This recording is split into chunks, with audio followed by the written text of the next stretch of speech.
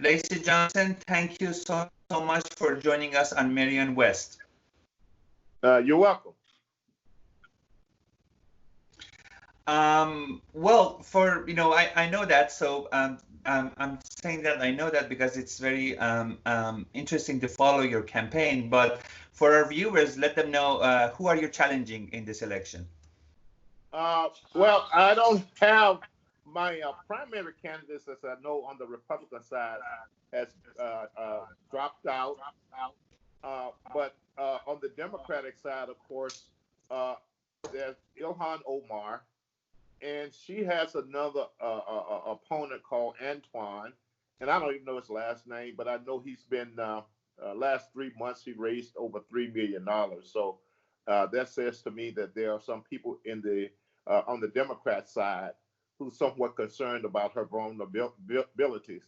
And so at one time, we were pretty sure that Ms. Omar would get the a nod, but we're not so sure yet. So we're preparing to run against either one of them. And as far as I'm concerned, it doesn't matter which one it is. We feel like we have a great platform, great message. Of course, I feel like I'm a great candidate. And we have a great campaign staff, and we've been raising pretty good donations. And I got a great set of volunteers, so I'm ready to go forward and take on either one of them. And I hope they debate me and let the citizen of Congressional District 5 here in Minnesota compare the two of us and our ideas and our solutions and our character. And if they do that and vote accordingly, I would win by a landslide.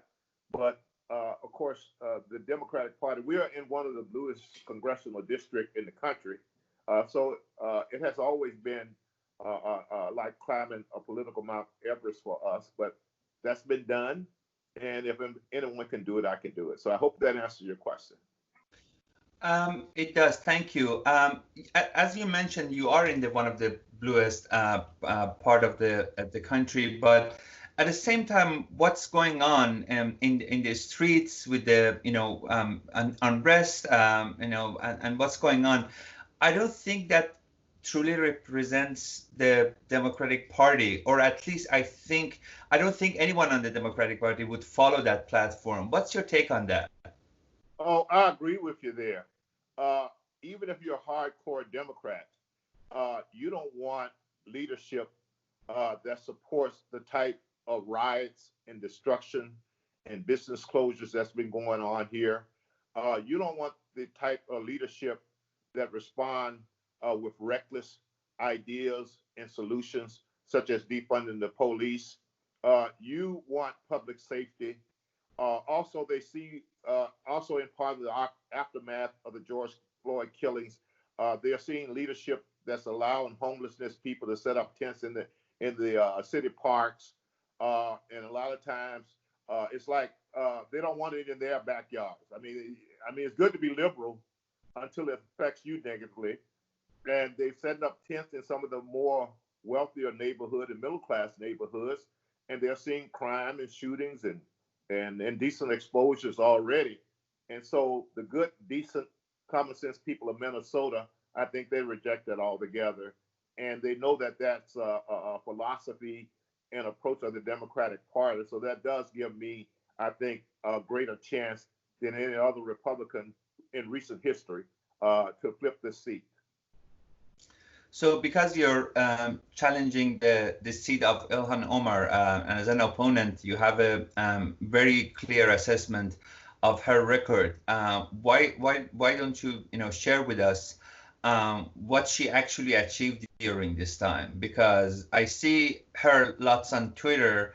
I see her lots of messages, inflammatory messages, or interviews, but I don't see much of an practical action for the people of her district. So could you open it up for us so we can understand it better?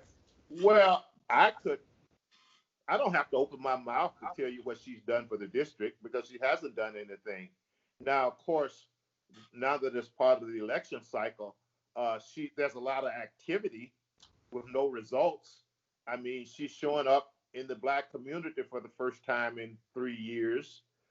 She's pretending like she's sponsoring legislation for the first time in 3 years. She's pretending that she's caring for the first time in 3 years, 4 years, I should say. She's pretending like she's logical for the first time in 4 years. But her record speaks for itself, whether or not it's her anti Semitic, anti Israel comments and remarks, whether it's her bad ideas for legislation, as far as the Green New Deal, paying people not to work, those type of things. Her supporting the shutdown of the economy, which is hurting a lot of the small business in this area. And then as far as some of her character issues, as far as the way she's handled her campaign funds, the things she's done as far as her marriages, her income taxes, and things like that. And so when our citizen of this district looks at all of that, they come to the same conclusion that I have, that not only has she not done anything for this district, she's brought a lot of embarrassment and unfavorable publicity to this district. And all along, up until now, it has been about her and her celebrity status. It's been about international issues. It's been about open borders and anti-sovereignty and anti-security. And so those are the type of things that people are looking at, and they see her as a far leftist, as the far leftist politician that she is. Her backing of some of the protesters, BLM and Antifa and things like that. So that is not our district. Any set of good, decent citizen with some maturity would reject all of that, those aspects of her record. Well, that's the interesting part of having conversation with you, because I'm an outsider. I'm in DC. I don't really, I don't know exact details about what's going in the district over there. But since Representative Ilhan Omar was in DC, she made lots of moves with her other colleagues, 3 or 4 of them. But all the time, I know she's making some kind of profile for herself in DC. But I'm just trying to understand, has she ever done for her constituents who sent her to Washington to be active on their behalf? No, she hasn't. And once again, and she knows she hasn't. As a matter of fact, even a lot of the Black Democrats have gone on record to state that she has not done anything or accomplished anything. Even hardcore Democrats, especially in the Black community, has gone on record against all of her ideas and things like defunding the police.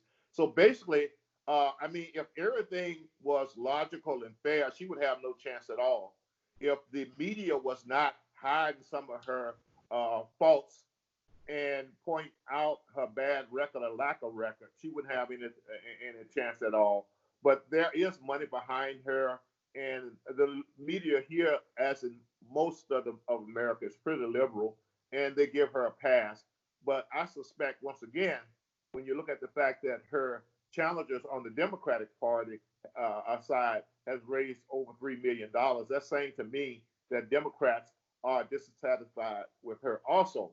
I also know that, and I've been meeting with members of the Somali and East African community, her record there is not good either.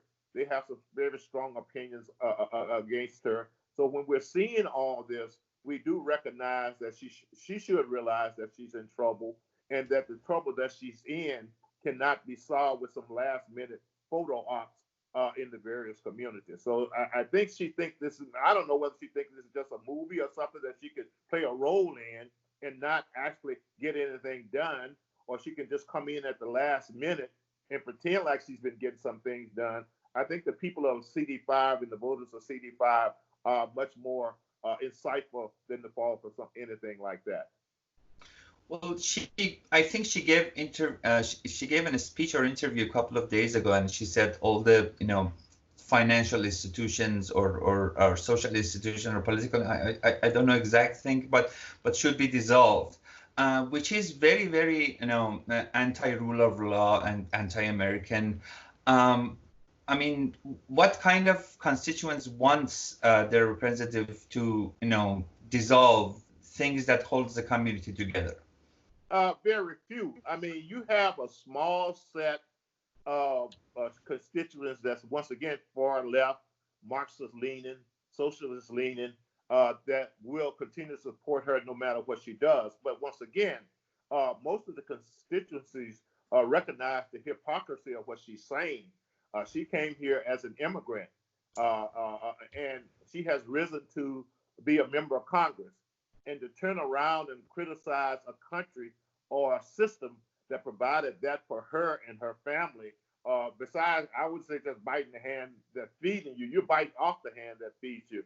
And America has been good to her, and I think she should appreciate that and appreciate the type of country that we have here. But she has not, and I think most of the citizens, once again, and voters in this district realize the hypocrisy of what she's saying, and they see through that. And for that reason, I think a lot of them will not support her again. Another thing I wanted to ask you, the whole state of Minneapolis, because of the George Floyd case, are, in some kind of a, turbulence time.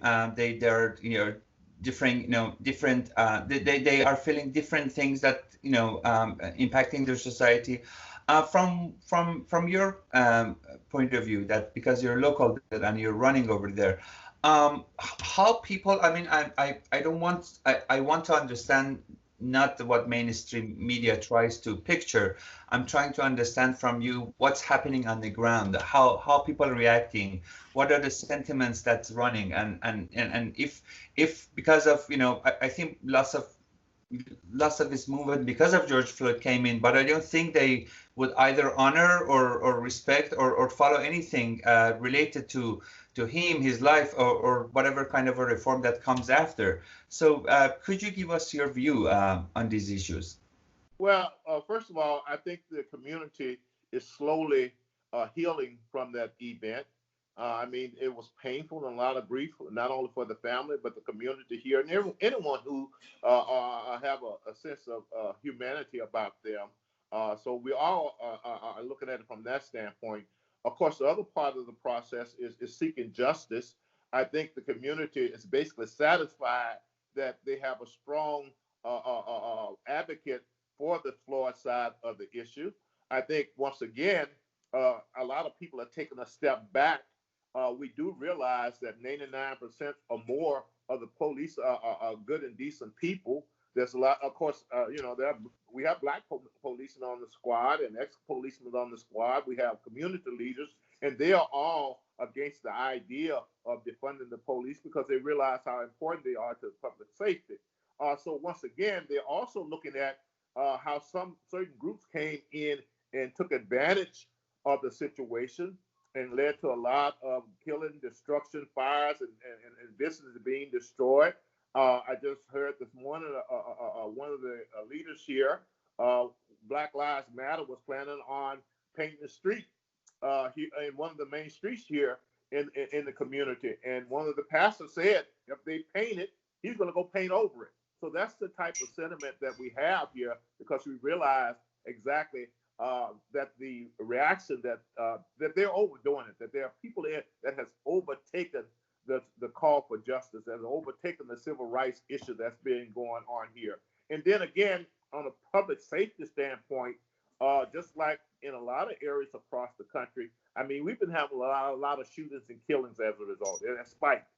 And once again, that is an omen to the community of what will come if you start talking about defunding the police, and you really don't appreciate the dangerousness of their job or the service that they provide for the community. So overall, there are most people in this community, the vast majority, they are very dissatisfied with the leadership and the follow-up. And just one other thing, there were a lot of businesses destroyed. There's a lot of businesses that are still closed in poor communities, and they don't have access to a grocery store. There was a while they didn't have access to gas stations or banks and things like that. So we're slowly taking steps to rebuild that, but it's going along very slowly. And in the meantime, the people of the community, they are feeling the suffering of it, and they know who to blame for it. And they know who to blame for it. It's the leadership, not only just Ms. Omar, but the whole Democratic leadership, from the governor to the mayor to the city council to all the bureaucracies around here, is controlled by Democrats. And I think that's sinking in to a lot of citizens in this community. And once again, that's laying a good foundation and framework for my candidacy because I offer a different alternative. And I have not been part of the leadership that's for decades has eventually led to these problems and let them go unresolved. As you mentioned, you're in, one of the bluest parts of the country, but I'm sure when you have, conversation with people on the streets on your campaign events or so, they really understand, the rule of law and the importance of police and security. How do they communicate with you? Although they are, might be blue or democratic, and might, not be happy with some injustices or inequalities they see, but I'm sure they have some kind of, I'm trying to understand if they understand that your message is serving them better than, dissolving the police or, taking out law and order from daily life. Oh, yes. I mean, you have hardcore liberal Democrats that's dissatisfied with the leadership. And they are smart enough to connect the dots that leadership has been a Democratic leadership. And they're smart enough to connect the dots that Ms. Omar has been a big part of that leadership. And they're smart enough to listen to the proposed changes. And they, to be honest, they know they're crazy ideas.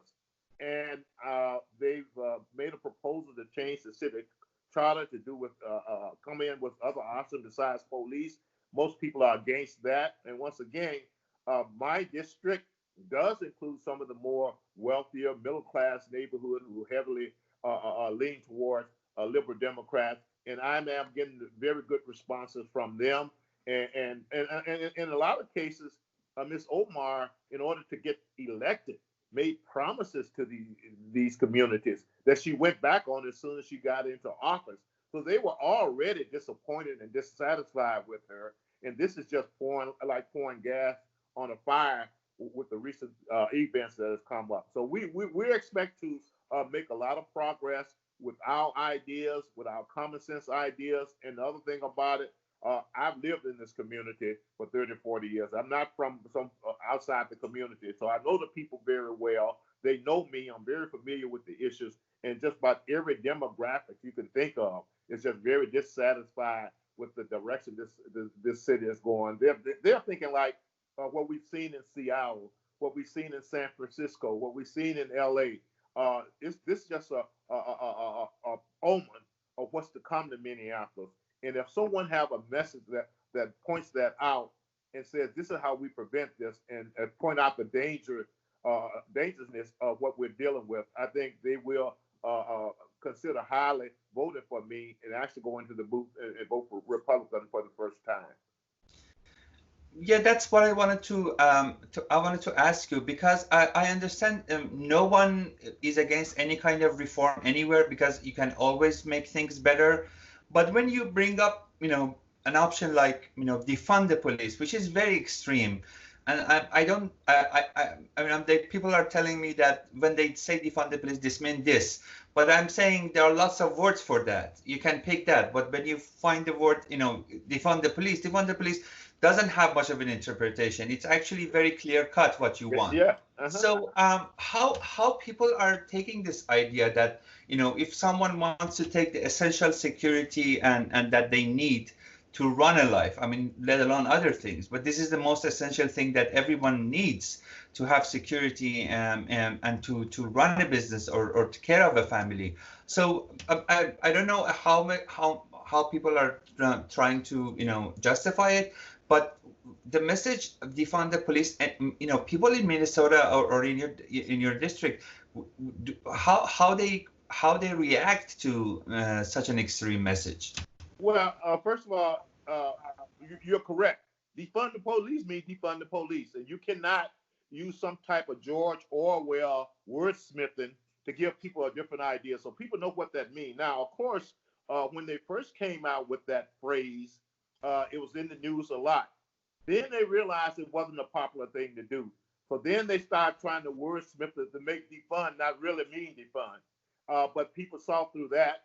And then once again, in the process of trying to justify defunding, they're pointing to studies like things that they done in Camden, New Jersey, which really wasn't defunding the police, which was applied to a city of 74,000, and we are a metropolitan area of over 3.3 million people. And so people are smart enough to know that you're not dealing with apples and apples here. And they know that what they're proposing, even though they're trying to switch it and make it look good, there's nothing you can do with that idea to make it sellable. I mean, you can't do anything with it. And so every person, I think, the majority of the people, vast majority of the people in the district, they're seeing through it, they reject it, and now they're trying to backpedal and make it smell a little better. But you cannot make that smell any better because it's just a bad idea, and there's a certain, and I don't want to overstate it, there's a certain stench to that idea that you cannot put perfume on it, no matter how you try, and that's what they've been trying to do, and the people just totally reject that. I'm trying to keep the mind at the time you give us, so I'll try to have one or two last questions. Okay. We are seeing some kind of movements of, in the name of social justice or inequality all around the country, but at the same time, what they are doing, it's going against, what United States is, what it stands for, what values it brings or so. What would be the best message for those probably young supporters of this kind of movement in your district and beyond that, to let them know that, this might not be a route worth taking because it's been, tried many, many times in history and never ended anything very good or even satisfactory? Well, first of all, a lot of them that's out here protesting and talking about social justice, they're living a pretty good life. And you just point out the basic ideals of this country. You point out the progress that we've made. You point out how for the vast majority of the people, and I'll put it this way, someone once indicated they wanted to immigrate to the United States because even the poor people are fat. And that's the type of country you live in. Even if, when you're talking social justice, people in poverty, they have color TV, HD color TVs, they have cable, they have a cell phone, the cell phone service. They're buying athletic gear, tennis shoes for $200. So there is no doubt that this is the greatest country to be in and the opportunity that it offers. And once again, you can point to Ms. Omar herself. You can point to me, who came out of poverty and I've risen to where I am now, and just point to the greatness of this country and what it has to offer. And you point to the progress that we made and how we continue to strive, even though we're in a perfect country, but we continue to strive to reach those ideals and all the great progress that we made. I mean, in my lifetime, I moved from, I've seen where they used to put white faces on the albums of black musicians. You never hardly saw any black people in media. Right now, I think we're in a situation where two of the most popular advertising people are Tiger Woods and Michael Jordan. And so it shows the type of country that we are. And once again, a lot of it is just breaking through the media noise and the cloud and pointing these things out. And most people realize that. And then most people still, they're looking to reach the American dream. And the American dream, and they're willing to work hard and educate themselves, and they see the benefits of it. So those are the type of things that we're pointing out. And I think for the vast majority of the people, that's resonating. I think it's also worth mentioning that among all the countries in the world, the only country that poor people can actually take themselves out of poverty in the United States of America. In other countries, some government or the government has to do something for them. There's nothing they could do. But here, if you put yourself together, be responsible, find your way, you get out of that. This is the greatest things in the world, and it's so unique. It's very, very American. Oh, yes, and it is. And I mean, just the fact that anybody can call the president any name they want, and they won't disappear the next day. And you have that freedom to do that. You have the freedom to bear arms the way you don't have in a lot of other countries. And there's just a lot of personal freedom and liberties that you don't have anywhere else.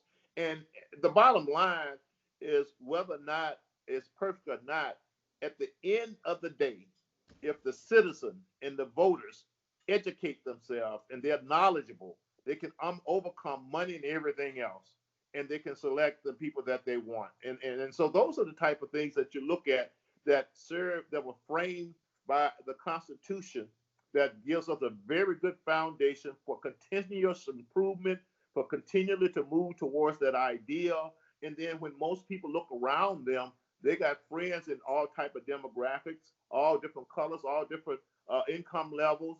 And that's what this country offers. I just came from out in California visiting a friend, and just to see everybody come together and go and do a jam jazz session, and they're socializing together, we work together, we get things done.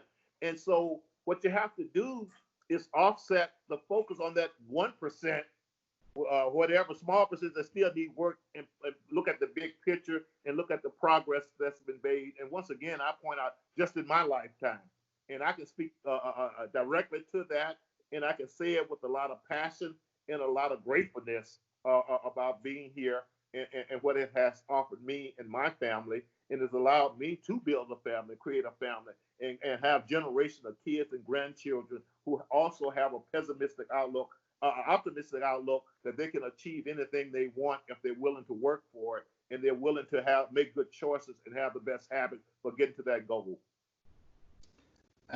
Lacy Johnson, thank you so much for joining us. I wish you the best, and hopefully after the election, you and I sit again and talk about what's going on and what would be your plans.